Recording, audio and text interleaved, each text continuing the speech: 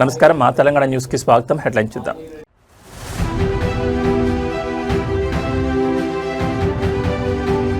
వెలిగొండ నిర్వాసితులకు అండగా ప్రజాప్రభుత్వం. శనివారం ఒక్కరోజే 300 కోట్ల R&R నిధులు విడుదల.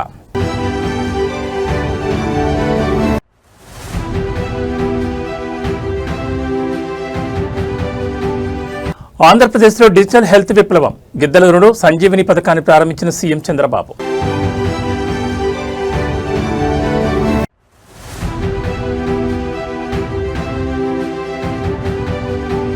భాగ్యనగరంలో ఏరోస్పేస్ విప్లవం. సెకండ్ జనరేషన్ ఎయిర్ క్రాఫ్ట్ను ఆవిష్కరించిన బ్లూజే ఏరోస్పేస్.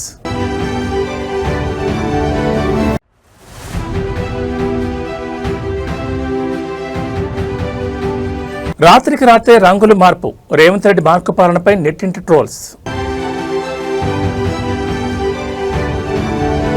ఇక డీటెయిల్స్ చూస్తే ఆంధ్రప్రదేశ్ పశ్చిమ ప్రకాశం జిల్లాతో పాటు 4 జిల్లాల తలరాతన మార్చబోయే ప్రతిష్టాత్మక వెలిగొండ ప్రాజెక్టు పరిధిలో ఒక అపూర్వమైన అత్యంత భావోద్వేగభరితమైన ఘటన ఆవిష్కృతమైంది. ముఖ్యమంత్రి చంద్రబాబు నాయుడు వెలిగొండ ప్రాజెక్టు నిర్వాసితులు రైతులతో జరిపిన ముఖాముఖి సమావేశం రాజకీయంగా తీవ్ర సంచలనంగా మారింది. ఎలాంటి బారికేడ్లు లేకుండా కట్టుదిట్టమైన భద్రతా దూరాన్ని పక్కన పెట్టి స్వయంగా రైతుల మధ్యనే కూర్చుని వారి బాధలను చంద్రబాబు ఆలకించారు. గత పాలకులు పునరావాస హక్కులను అడిగితే అరెస్టులు చేసి వేధించారంటూ నిర్వాసితులు కన్నీటి పర్యంతం అవగా చంద్రబాబు ఇచ్చిన ఒకే ఒక్క భరోసా అక్కడి వాతావరణాన్ని మార్చేసింది. ప్రకాశం జిల్లా మార్కాపురం వేదికగా జరిగిన ఈ ముఖాముఖిలో వెలిగొండ ప్రాజెక్టు కోసం తమ భూములను ఇళ్లను త్యాగం చేసిన సుంకేసుల మరియు ఇతర ముంపు గ్రామాల ప్రజలు పెద్ద ఎత్తున పాల్గొన్నారు. ఈ సందర్భంగా సుంకేసులకు చెందిన దూదేకుల ఖాసిం వలి అనే నిర్వాసితులు చంద్రబాబు ముందే కన్నీళ్లు పెట్టుకున్నారు. గత పాలకులు తమకు రావాల్సిన పునరావాస సొమ్ము ఇవ్వమంటే జైళ్లకు పంపి బంధించారని, కానీ ఇప్పుడు చంద్రబాబు స్వయంగా 300 కోట్ల నిధులు పట్టుకుని మా ఊరికే రావడం దేవుళ్లాంటి నిర్ణయం అంటూ ఆయన భావోద్వేగానికి లోనయ్యారు. హనుమా ప్రసాద్ అనే మరో నిర్వాసితుడు మాట్లాడుతూ ఈ డబ్బు అందడంతో తమ పిల్లల చదువులకు భవిష్యత్తుకు భరోసా కలిగిందని ఆనందం వ్యక్తం చేశారు.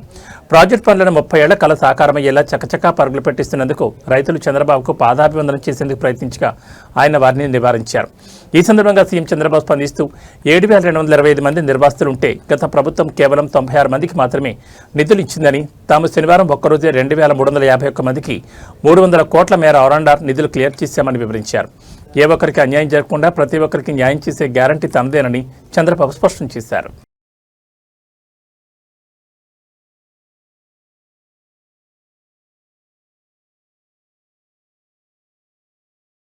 ఆంధ్రప్రదేశ్ గ్రామీణ ప్రాంతాల ప్రజలకు నాణ్యమైన ఉచిత కార్పొరేట్ వైద్య సేవలను ఇంటి ముంగడికి అందించే లక్ష్యంతో కూటమి ప్రభుత్వం మరో భారీ మైలురాయిని అధిగమించింది. ప్రకాశం జిల్లా గిద్దలూరు నియోజకవర్గంలో చంద్రబాబు నాయుడు ఇవాళ సుడిగాలి పర్యటన చేశారు. కిష్టంశెట్టిపల్లి గ్రామంలోని ప్రాథమిక ఆరోగ్య కేంద్రాన్ని స్వయంగా సందర్శించిన ముఖ్యమంత్రి అక్కడ రాష్ట్ర వ్యాప్త గ్రామీణ ఆరోగ్య సంరక్షణ పథకం సంజీవిని కార్యక్రమాన్ని అధికారికంగా ప్రారంభించారు. పీహెచ్సీలో అందుతున్న సేవల నాణ్యతను, మందుల లభ్యతను స్వయంగా తనిఖీ చేసిన చంద్రబాబు రోగులు, స్థానిక ప్రజలతో మాట్లాడారు. ప్రకాశం జిల్లా పశ్చిమ ప్రాంతమైన గిద్దలూరు పరిధిలో వైద్య సదుపాయాలను మరింత ఆధునీకరించే క్రమంలో భాగంగా కిష్టంశెట్టిపల్లి పీహెచ్సీ వేదికగా ఈ కార్యక్రమం రూపుదిద్దుకుంది. ముఖ్యమంత్రి చంద్రబాబు నాయుడు సదరు ఆరోగ్య కేంద్రంలో ఏర్పాటు చేసిన అత్యాధునిక ల్యాబ్లు, వార్డులను కలిదిరిగారు. సంజీవిని పథకం ద్వారా ఏపీలోని ప్రతి గ్రామీణ పీహెచ్సీ పరిధిలో రోగులకు ఉచితంగా అధునాతన నిర్ధారణ పరీక్షలు, టెలిమెడిసిన్ కన్సల్టేషన్లు మరియు నిరంతరాయంగా ప్రాణాధార మందులు పంపిణీ చేరనుంది. గ్రామీణ ప్రజలు వైద్యం కోసం పట్టణాలకు పరుగులు తీసి అప్పుల పాలు కాకూడదనే ఉద్దేశంతోనే ఈ కార్యక్రమాన్ని డిజైన్ చేసినట్లు సీఎం తెలిపారు. కిష్టంశెట్టిపల్లి ప్రజలతో నేరుగా మాట్లాడి అక్కడ అందుతున్న వైద్య సేవలు, స్టాఫ్ పనితీరుపై చంద్రబాబు ఫీడ్బ్యాక్ సేకరించారు. వైద్య రంగంలో డిజిటల్ టెక్నాలజీని అనుసంధానిస్తూ సంజీవని ద్వారా ప్రతి ఒక్కరి హెల్త్ ప్రొఫైల్ను ట్రాక్ చేయనున్నట్లు అధికారులు ఈ సందర్భంగా వెల్లడించారు. Sir, good afternoon sir. Welcome to కేఎస్పల్లి PHC sir. Sridhar Reddy sir. Sir, ఇది digital nerve centre arena sir. ఇక్కడ ఓపీ రిజిస్ట్రేషన్ చేస్తారు సార్. MLHP రోహిణి ఉంటారు. డాక్టర్స్కి అపాయింట్మెంట్స్ ఇస్తారు సార్.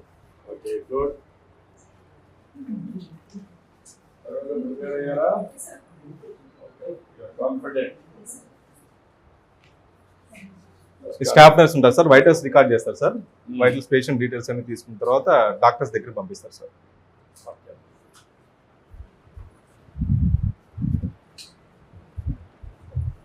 సార్, ఇది మెడికల్ ఆఫీసర్ రూమ్ సార్. ఇది సార్, ఇక్కడ ఫార్మసిస్ట్ సార్.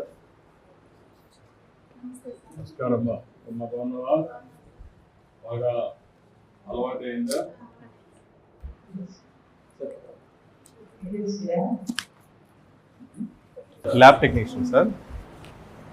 కేజే గారు ల్యాబ్ టెక్నీషియన్ సార్. అంతా ప్రాపర్గా చేయగలుగుతున్నామా?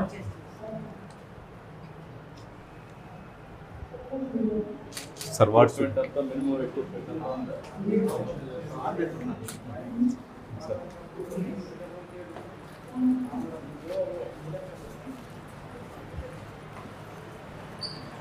సార్ జనరల్ వార్డు ఇక్కడ పేషెంట్స్ ఉంచుతారు సార్. ఎన్ని 6 బెడ్స్ ఉన్నాయి సార్. మేల్స్ ఫీమేల్స్ ఇద్దరు ఉంటారు సార్. దీని బాత్రూమ్స్ ఎన్ని ఉన్నాయా? రూమ్ ఉన్నాయి సార్. ఇది క్లీనింగ్ అవన్నీ ఎవరు చూస్తున్నారు? శానిటేషన్ వర్కర్ ఈ ఉన్నారు ఏరియా సార్. అంతా కాదు, వర్కర్స్కి ఇచ్చారు ఇక్కడ లోకల్ వర్కర్స్ కాదు సార్, మా పిఎస్సి స్టాఫే చేస్తున్నారు సార్. ఈ స్టాఫే కంటింజెంట్ వర్కర్ చేస్తారు.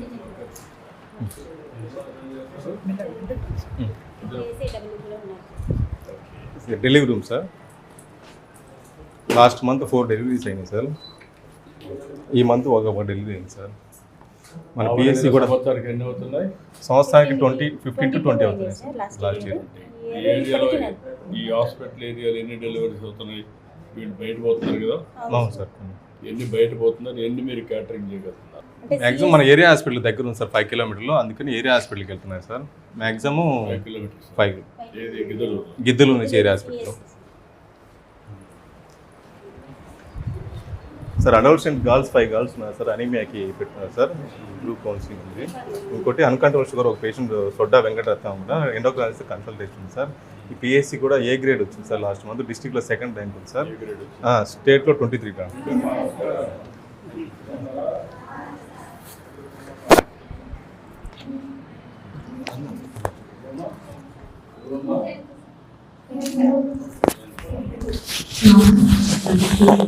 నమస్కారం అండి. నమస్తే సార్. నమస్కారం. ఈ పిల్లలందరినీ చేస్తారా? సార్ పిల్లలకి అందరికీ కూడా టెస్ట్ ప్రకారం ఎనీమియా ఉంది సార్. వీళ్ళకి మన టాటా సంజీవిని ప్రోగ్రామ్ లో అడాల్సెంట్ కౌన్సిలింగ్ ప్రోగ్రామ్ లో ఈ వీళ్ళకి ఎనీమియా పాయింట్ ఆఫ్ వ్యూ లో వీళ్ళతో డిస్కస్ చేయడానికి కోసం వీళ్ళని సెలెక్ట్ చేశాం సార్. అయితే with your permission I will start counselling sir. చెప్పండి అమ్మా, చెప్పండి. మీరు ప్రొసీజర్ అంతా కరెక్ట్ చేయండి సార్. మైసెల్ఫ్, నా పేరు పద్మలత సార్, మెడిసిన్ ప్రొఫెసర్ అండి. Madam Vijay Geetha, nutritionist in our government medical college Ongole నుండి మాట్లాడుతున్నాం సార్. పిల్లలు మీ పేరు చెప్తారా? పరిచయం చేసుకుందామా? ఏరోస్పేస్ విమానయాన రంగ భవిష్యత్తును సరికొత్తగా మారుస్తూ భాగ్యనగరం వేదిక మరో అద్భుత ఆవిష్కరణ రూపుదిద్దుకుంది. హైదరాబాద్కు చెందిన ప్రముఖ స్టార్టప్ ఇంక్యుబేటర్ టీ హబ్ మద్దతుతో ఎదిగిన బ్లూజే ఏరో సంస్థ తన 2nd జనరేషన్ ప్రోటోటైప్ ఎయిర్క్రాఫ్ట్ను అత్యంత ప్రతిష్టాత్మకంగా ఆవిష్కరించింది. ఏరోస్పేస్ రంగంలో సరికొత్త విప్లవంగా భావించి వర్టికల్ టేకాఫ్ అండ్ ల్యాండింగ్ సాంకేతికతతో సాధారణ ఎయిర్పోర్ట్ రన్వే మౌలిక సదుపాయాలు ఏవీ లేకుండానే నిలువుగా పైకి లేవగల, అలాగే ల్యాండింగ్ అవ్వగల విమానాల తయారీలో ఈ సరికొత్త అడుగుపడింది.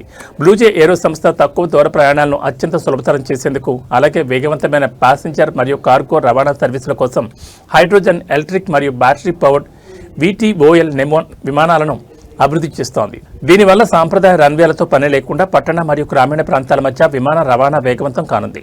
పూర్తిగా హైదరాబాద్లోనే తయారైన ఈ ఏరోస్పేస్ వెంచర్ వెనుక టీ హబ్ యొక్క అద్భుతమైన మద్దతు, మెంటర్షిప్, గ్లోబల్ మార్కెట్ యాక్సెస్ మరియు ఆవిష్కరణలు ఈకోసిస్టమ్ దాగి ఉన్నాయి. ఒక సాధారణ ఐడియాగా ప్రారంభమైన బ్లూజే ఏరో ఈరోజు అంతర్జాతీయ స్థాయి ఏరోస్పేస్ సంస్థగా ఎదగడం పట్ల స్టార్టప్ వర్గాల్లో హర్షం వ్యక్తమవుతోంది. గతంలో 2022లో జరిగిన టీ హబ్ ఫౌండేషన్ డే సందర్భంగా ఈ సంస్థకు మోస్ట్ ప్రామిసింగ్ ఇన్నోవేషన్ అవార్డు కూడా లభించింది. ఆనాడు అందుకున్న గుర్తింపుతో మొదలైన ప్రయాణం నేడు ఏరోస్పేస్ రంగాన్ని రీడిఫైన్ చేసే స్థాయికి చేరింది. ఏరోస్పేస్ రంగంలో సరికొత్త శిఖరాలను అధిరోహిస్తూ విదేశీ టెక్నాలజీకి దీటుగా సరికొత్త రికార్డులు సృష్టిస్తున్న బ్లూజే ఏరో బృందానికి ప్రత్యేక అభినందనలు తెలుపుతున్నారు.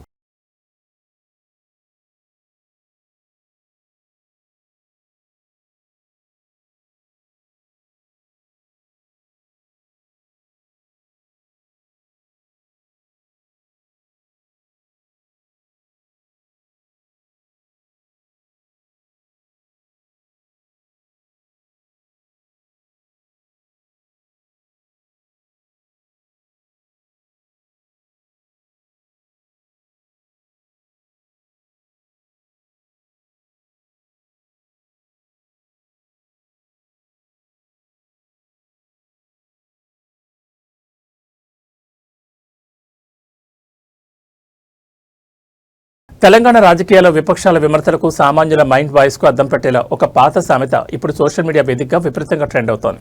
మసిపూసి మారేడుకాయ చేయడం అంటే ఉన్నది లేనట్లు లేనిది ఉన్నట్లు రంగులు మార్చి నమ్మించడం. తెలంగాణ ప్రజలకు ఈ సామెత తెలియదనుకుంటున్నారేమో కానీ ముఖ్యమంత్రి రేవంత్ రెడ్డి తన పాత రాజకీయ అనుభవాలన్నింటినీ వాడి క్షేత్రస్థాయిలో సరిగ్గా ఇదే చేసి చూపిస్తున్నారంటూ సోషల్ మీడియాలో నెటిజన్లు విపక్ష శ్రేణులు తీవ్రంగా ధ్వజమెత్తుతున్నారు. కాంగ్రెస్ ప్రభుత్వం అధికారంలోకి వచ్చిన తర్వాత రవాణా రంగంలో మహిళలకు ఉచిత ప్రయాణం కల్పించినప్పటికీ ఆర్టీసీని లాభాలు తెచ్చేందుకు వినూత్నంగా రంగుల వ్యూహాన్ని ఎంచుకునేందుకు విమర్శలు వస్తున్నాయి. పల్లెటూళ్లకు తిరిగే సాధారణ పల్లె వెలుగు బస్సులకు గ్యారేజీల్లో రాత్రికి రాత్రే కొత్త పెయింట్లు వేసి వాటిని ఎక్స్ప్రెస్ బస్సులుగా రోడ్లపై కదులుతున్నారని, ఆ పేరుతో సామాన్య ప్రయాణికుల నుంచి అదనపు ఛార్జీలు బాదుతున్నారని విజువల్స్తో సహా ట్రోల్ చేస్తున్నారు. కేవలం రవాణా శాఖలోనే కాదు, గత ప్రభుత్వ హయాంలో కేసీఆర్ నిర్మించిన డబుల్ బెడ్రూమ్ ఇళ్లకు ఇప్పుడు కాంగ్రెస్ మార్క్ 3 రంగులు వేసి వాటిని ఇందిరమ ఇళ్లుగా ప్రమోట్ చేసుకుంటున్నారని విపక్షాలు మండిపడుతున్నాయి. అలాగే గతంలో ఉన్న ప్రభుత్వ పాఠశాల భవనాలకు కేవలం రంగులు మార్చేసి తెలంగాణ పబ్లిక్ స్కూల్స్గా బోర్డులు తగిలిస్తున్నారని, మౌలిక సదుపాయాలు పెంచకుండా కేవలం బాహ్య రూపాలను మాత్రమే రేవంత్ రెడ్డి మార్కు పరిపాలన అంటూ నెటిజన్లు సెటైర్లు వేస్తున్నారు.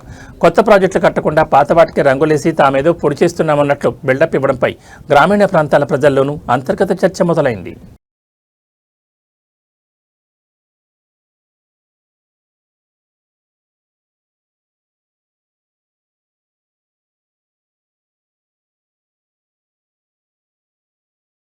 కలియుగ వైకుంఠం తిరుమలగిరిలో ఆధ్యాత్మిక వైభవంతో పాటు భక్తుల సౌకర్యార్థం ఒక అద్భుతమైన భారీ విరాళం నమోదైంది.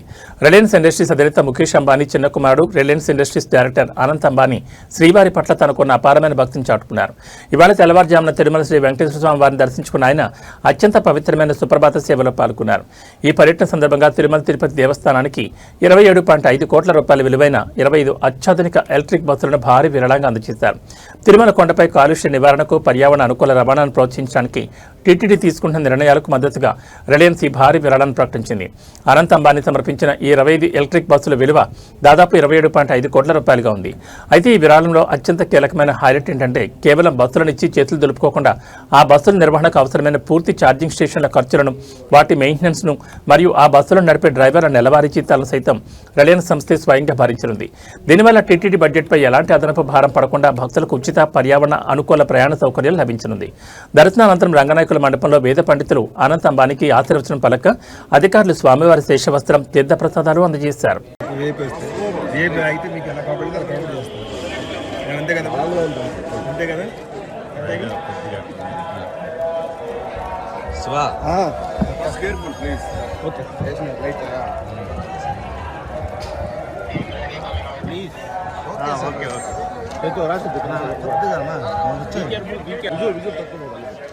आराम से ले लीजिए सर।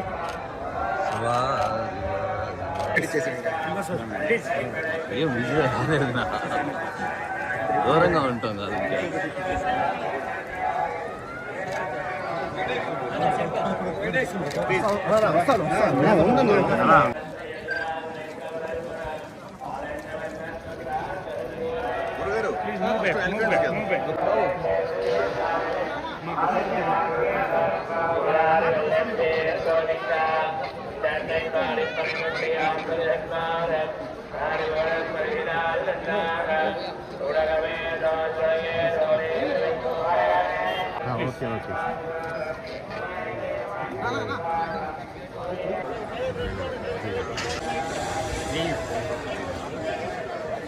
चलिए बहुत बहुत धन्यवाद।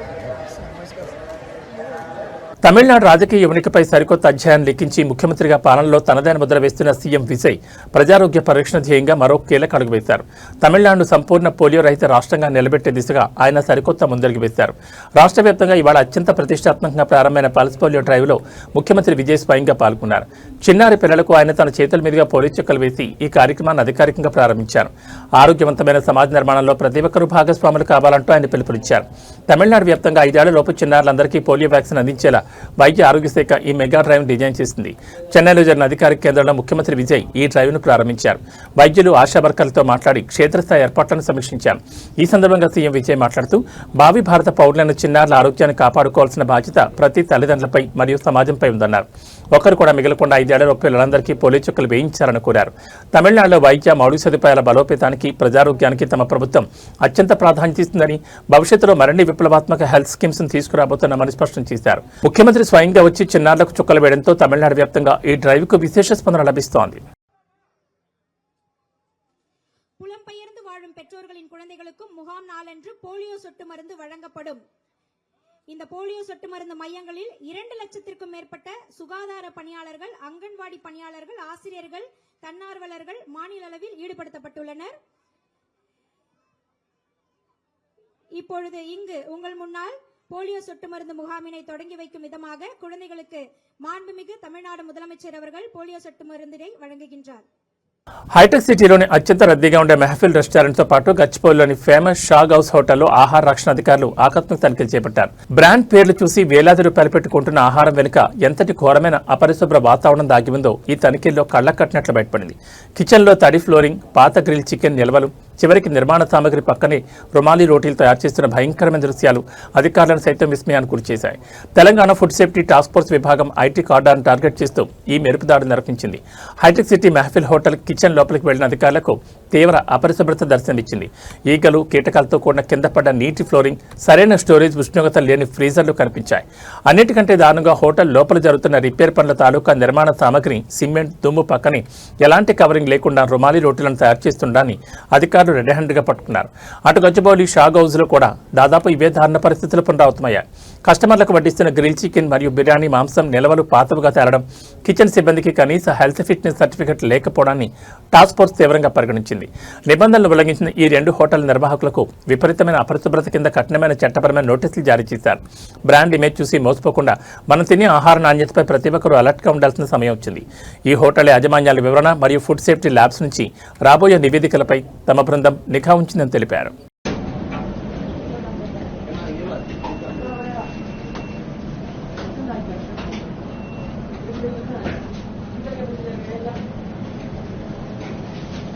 इधर ऐसे ही रख सकते हैं क्या आप? हाँ?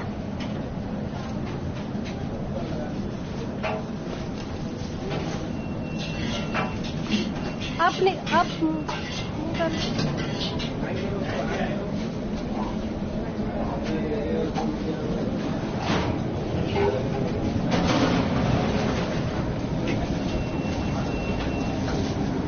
దేశ రాజకీయాల్లో ముఖ్యంగా సంఘ పరివార అంతర్గత వర్గాల్లో భూకంపం సృష్టించి అత్యంత సంచలన వ్యాఖ్యలు వెలుగులోకి వచ్చాయి. రాష్ట్రీయ స్వయం సేవక్ సంఘ్ ఆర్ఎస్ఎస్లో ఒకప్పుడు ఉన్నటువంటి నిబద్ధత గల మంచివాళ్లు ఇప్పుడు తగ్గిపోయారని, సంస్థలో మంచివాళ్లకు తీవ్ర కొరత ఏర్పడిందంటూ మధ్యప్రదేశ్ సీనియర్ కేబినెట్ మంత్రి, బీజేపీ కీలక నేత కైలాస్ విజయ్ వర్గీయ సంచలన వ్యాఖ్యలు చేశారు. భోపాల్లో జరిగిన ఒక అధికారిక సభ వేదికగా ఆయన మాట్లాడిన మాటలు ఇప్పుడు సోషల్ మీడియాలో దావానంలా వ్యాపిస్తున్నాయి. పనిచేసే మంచివాళ్లు ఉండేవారని, కానీ ఇప్పుడు అలాంటి వారి సంఖ్య క్షీణించిందని పేర్కొన్నారు. ముఖ్యంగా బ్యూరోక్రసీలోని అధికారాన్ని టార్గెట్ చేస్తూ ఇప్పుడు ఉన్నతాధికారులందరూ రాత్రికి రాత్రి సంఘ్ సపోర్టర్లుగా మారిపోయారని మండిపడ్డారు. తాము కూడా చిన్నప్పుడు ఆర్ఎస్ఎస్ నిక్కర్లు వేసుకున్నామని, తమ నాన్న సంఘ్ ప్రెసిడెంట్ అని చెప్పుకుంటూ పదవులు, లబ్ధి పొందడమే లక్ష్యంగా కొందరు అవకాశవాదులు సంస్థలకు దూరిపోయారని ఎండగట్టారు. బీజేపీ పవర్లోకి రాకముందు సంఘ్కు దూరంగా ఉన్నవారే ఇప్పుడు తమ స్వార్థ ప్రయోజనాల కోసం సంఘ్ పేరును వాడుకుంటున్నారంటూ సొంత పరివారపైనే ఆయన చేసిన ఈ అంతర్గత విమర్శలు దేశవ్యాప్తంగా తీవ్ర చర్చకు దారితీశాయి. దీనిపై నెట్జన్ల నుంచి కూడా భిన్నమైన కౌంటర్లు వ్యక్తమవుతున్నాయి. जो भी अधिकारी आता सर, मैं शाजापुर में था सर, तो माखन सिंह जी शाखा लगाते थे, वहाँ जाता था। भाई अभी तुम जाते हो, हमारी सरकार में भी उसके पहले तो कोई बताया नहीं तुमने। हर अधिकारी के मन में कुछ न कुछ तो बताता है, रहता है कि मैं अपना कमर दिखाऊंगी, देखो साहब मैंने भी पट्टी, मैंने भी बेल्ट बांधा है, चड्डी पहनी है। हर अधिकारी, हर कर्मचारी ये सोचता है। सरकार आने के बाद सब संघ के हो गए, हर अधिकारी संघ का होगा। मेरे पिताजी शाखा में जाते थे, एक अधिकारी ने तो मेरे से कहा कि मेरे पिताजी शाखा में अध्यक्ष थे। मैं उसको क्या बोलूं, अध्यक्ष तो होते ही थे। ठीक है, अब अपने अपने तरीके से बहुत भीड़ हो गई है। इस भीड़ में अच्छे इंसानों की कमी है। बस अच्छे इंसान थे शादीराम जी, अच्छे इंसान हैं मोदी जी, अच्छे इंसान हैं सदाशिव जी। ऐसे इंसानों की कमी होती जा रही है। संगठन बढ़ रहा है, कहने के लिए विचारधारा भी बढ़ रही है, पर अगर अच्छे इंसान नहीं होंगे तो इस विचारधारा का महत्व क्या है, इसके पर हमें चिंतन और मनन करना चाहिए। హైదరాబాద్ ఎల్బీ నగర్ పరిధిలోని ఒక ప్రైవేట్ ఆసుపత్రిలో అర్ధరాత్రి వేళ తీవ్ర కలకలం రేగింది. అత్యవసర చికిత్స కోసం ఆసుపత్రికి వచ్చిన ఓ మహిళ డాక్టర్లు సిబ్బందిపై తీవ్రస్థాయిలో రెచ్చిపోయి భౌతిక దాడి దిగడం నగరంలో సంచలనంగా మారింది. ఎల్బీ నగర్లోని శ్రేష్ఠ ఆరెంజ్ హాస్పిటల్లో లలిత కరీరా అనే మహిళ కడుపు నొప్పి ఉందంటూ అర్ధరాత్రి ఎమర్జెన్సీ వార్డులో చేరింది. అయితే పరీక్షలు చేసిన డాక్టర్లు ఆమెకి ఎలాంటి సమస్య లేదని చెప్పడమే ఆమె ఆగ్రహానికి కారణమైంది. కడుపు నొప్పితో హాస్పిటల్కు వచ్చిన లలిత కరీరా అనే మహిళకు డ్యూటీలో ఉన్న వైద్యులు తక్షణమే ప్రాథమిక చికిత్స అందించారు. అనంతరం పలు రకాల వైద్య పరీక్షలు నిర్వహించిన డాక్టర్లు ఆమెకి ఎలాంటి సీరియస్ అనారోగ్య సమస్యలు లేవని, అంతా నార్మల్గా ఉందని స్పష్టం చేశారు. దీంతో తీవ్ర ఆగ్రహానికి గురైన లలిత డాక్టర్లు తనను నిర్లక్ష్యం చేస్తున్నారంటూ అక్కడి సిబ్బందితో ఘర్షణకు దిగింది. ఆసుపత్రి లోపల నానా రభస సృష్టించిన ఆమె అడ్డు వచ్చిన వారిని దూషిస్తూ దాడికి పాల్పడింది. సిబ్బంది వెంటనే పోలీసులకు ఫోన్ చేయడంతో సదరు మహిళ అక్కడి నుంచి తప్పించుకునేందుకు ప్రయత్నించింది. TS08HG9824 నెంబర్ గల తన కారును ఆమె స్వయంగా నడుపుకుంటూ వనస్థలిపురంలోని సహారా హాస్పిటల్కు వెళ్లినట్టు సమాచారం. ఆసుపత్రి యాజమాన్యం ఇచ్చిన అధికారిక ఫిర్యాదు ఆధారంగా ఎల్బీ నగర్ పోలీసులు కేసు నమోదు చేసి సీసీటీవీ విజువల్స్ ఆధారంగా దర్యాప్తును ముమ్మరం చేశారు. డ్యూటీలో ఉన్న వైద్యులపై ఇలాంటి దాడులు జరగడంపై స్థానిక మెడికల్ వర్గాల్లో తీవ్ర ఆందోళన వ్యక్తమవుతోంది. అర్ధరాత్రి వేళ ఆసుపత్రిలో హల్చల్ చేసిన సదరు మహిళ ప్రస్తుతం వనస్థలిపురం సహారా హాస్పిటల్లో ఉన్నట్లు గుర్తించిన పోలీసులు అక్కడికి చేరుకుని తదుపరి విచారణ జరుపుతున్నారు.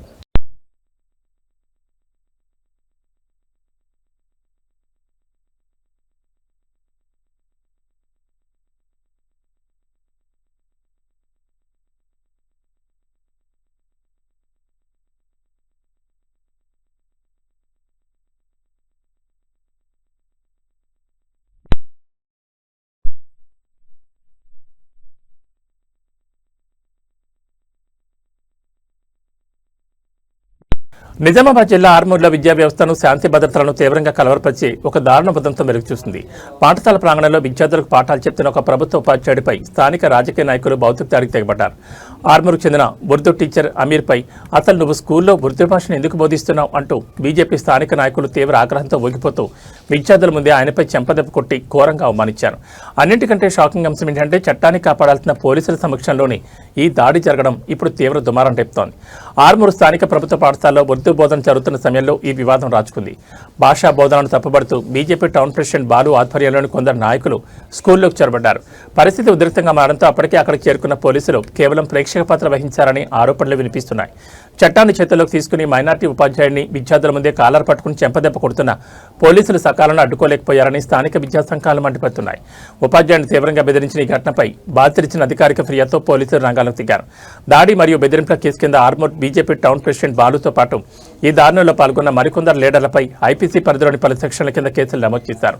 విద్యామందిరంలో ఇలాంటి రాజకీయ దాడులు జరగడాన్ని పలువురు తీవ్రంగా ఖండిస్తున్నారు. ఒక ప్రభుత్వ ఉపాధ్యాయుడిపై, అది కూడా విద్యాబుద్ధులు నేర్పే పాఠశాలలో ఇలాంటి దాడులు జరగడం సభ్య సమాజం తలదించుకునేలా చేస్తోంది.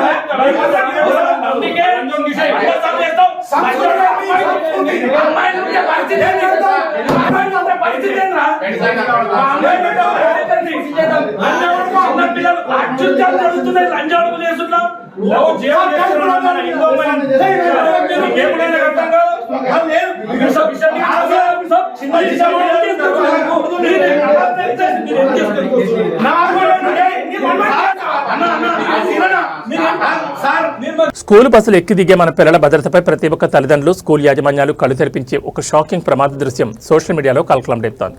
మహారాష్ట్రలోని బీడ్ జిల్లాలో స్కూల్ బస్ దిగి రోడ్డు దాటుతున్న ఒక చిన్నారిని అతివేగంగా వచ్చిన బైక్ ఘోరంగా ఢీకొట్టింది. ఈ భయంకరమైన ప్రమాదం చూశాక మన పిల్లలకు రోడ్డు దాటే నియమాలు నేర్పించడంలో మనం ఎంత నిర్లక్ష్యంగా ఉంటున్నామో అర్థమవుతోంది. బీడ్లో జరిగిన ఘటనలో బస్సు దిగిన చిన్నారి బస్సు ముందు భాగం నుంచి రోడ్డు అవతల వైపునకు ఒక్కసారిగా పరిగెత్తింది. అదే సమయంలో బస్సు పక్క నుంచి వేగంగా దూసుకొచ్చిన మోటార్ సైకిల్ ఆ చిన్నారిని బలంగా ఢీకొట్టింది. ఈ ప్రమాదాలు కేవలం వాహనదారుల వేగం వల్లే కాదు, చిన్నపిల్లలకు రోడ్డు దాటే పద్ధతులపై కనీస అవగాహన లేకపోవడం వల్ల కూడా జరుగుతున్నాయి. రోడ్డు ప్రమాద నిపుణుల సూచనల ప్రకారం పిల్లలు బస్సు దిగిన వెంటనే రోడ్డుపైకి పరిగెత్తకూడదు. బస్సు పూర్తిగా ముందుకు వెళ్లిపోయి రోడ్డుకి ఇరువైపులా వస్తున్న వాహనాలు స్పష్టంగా కనిపించే వరకు వేచి చూడాలి.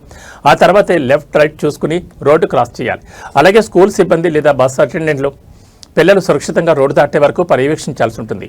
పిల్లలను బస్ పాయింట్ల వద్ద రిసీవ్ చేసుకునేందుకు వచ్చే తల్లిదండ్రులు కూడా రోడ్డుకు అవతల వైపు నిలబడి పిల్లలను పిలవకూడదు. దీనివల్ల పిల్లల ఆవేశంతో రోడ్డుపై పరిగెత్తే ప్రమాదం ఉంది.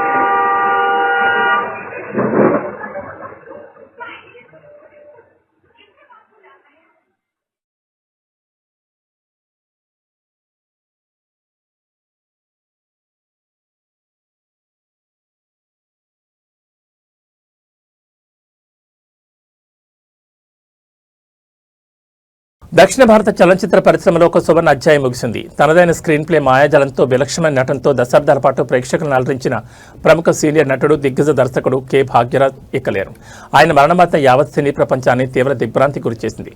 అయితే చెన్నైలోని ఆయన నివాసంలో ఒక అత్యంత హృదయ విదారకరమైన దృశ్యం అక్కడికి వచ్చిన ప్రతి ఒక్కరిని కంటతడి పెట్టించింది. తనను ప్రాణంగా చూసుకున్న యజమాని భాగ్యరాజ్ పార్థివ దేహాన్ని చూసి ఆయన పెంపుడు కుక్క తీవ్ర భావోద్వేగానికి లోనైంది. భాగ్యరాజ్ మరణవార్త విన్న వెంటనే తమిళ, తెలుగు సినీ రంగానికి చెందిన పలువురు ప్రముఖులు చెన్నైలోని ఆయన నివాసానికి చేరుకుని నివాళులర్పించారు. ఈ క్రమంలో భాగ్యరాజ్ ఎంతో కాలంగా పెంచుకుంటున్న ఆయన పెంపుడు కుక్క భౌతికాయమించిన పేటికి వద్దకు వచ్చి సుదీర్ఘంగా నిలబడిపోయింది. ఆ మోగజీవి తన యజమానికి లేడనే నిజాన్ని ఛేదించుకోలేక పార్థివ దేహాన్ని పదే పదే తన తలతో తాకుతూ మూలుగుతూ చూపిన ప్రేమ అక్కడికి వచ్చిన అభిమానులను, కుటుంబ సభ్యులను వెక్కి వెక్కిడ్చేలా చేసింది. మనుషులు సైతం మర్చిపోయే విశ్వాసాన్ని ఆ మోగజీవి చాటుకుందంటూ సోషల్ మీడియాలో ఈ వార్త వైరల్ అవుతోంది. కాగా సినిమా రంగానికి ఆయన చేసిన అసమాన సేవలకు గుర్తింపుగా తమిళనాడు ప్రభుత్వం ఇవాళ మధ్యాహ్నం 1:30 చెన్నైలో ప్రభుత్వ అధికారిక లాంఛనాలతో భాగ్యరాజ్ అంత్యక్రియలు నిర్వహించేందుకు అన్ని ఏర్పాట్లు పూర్తి చేసింది.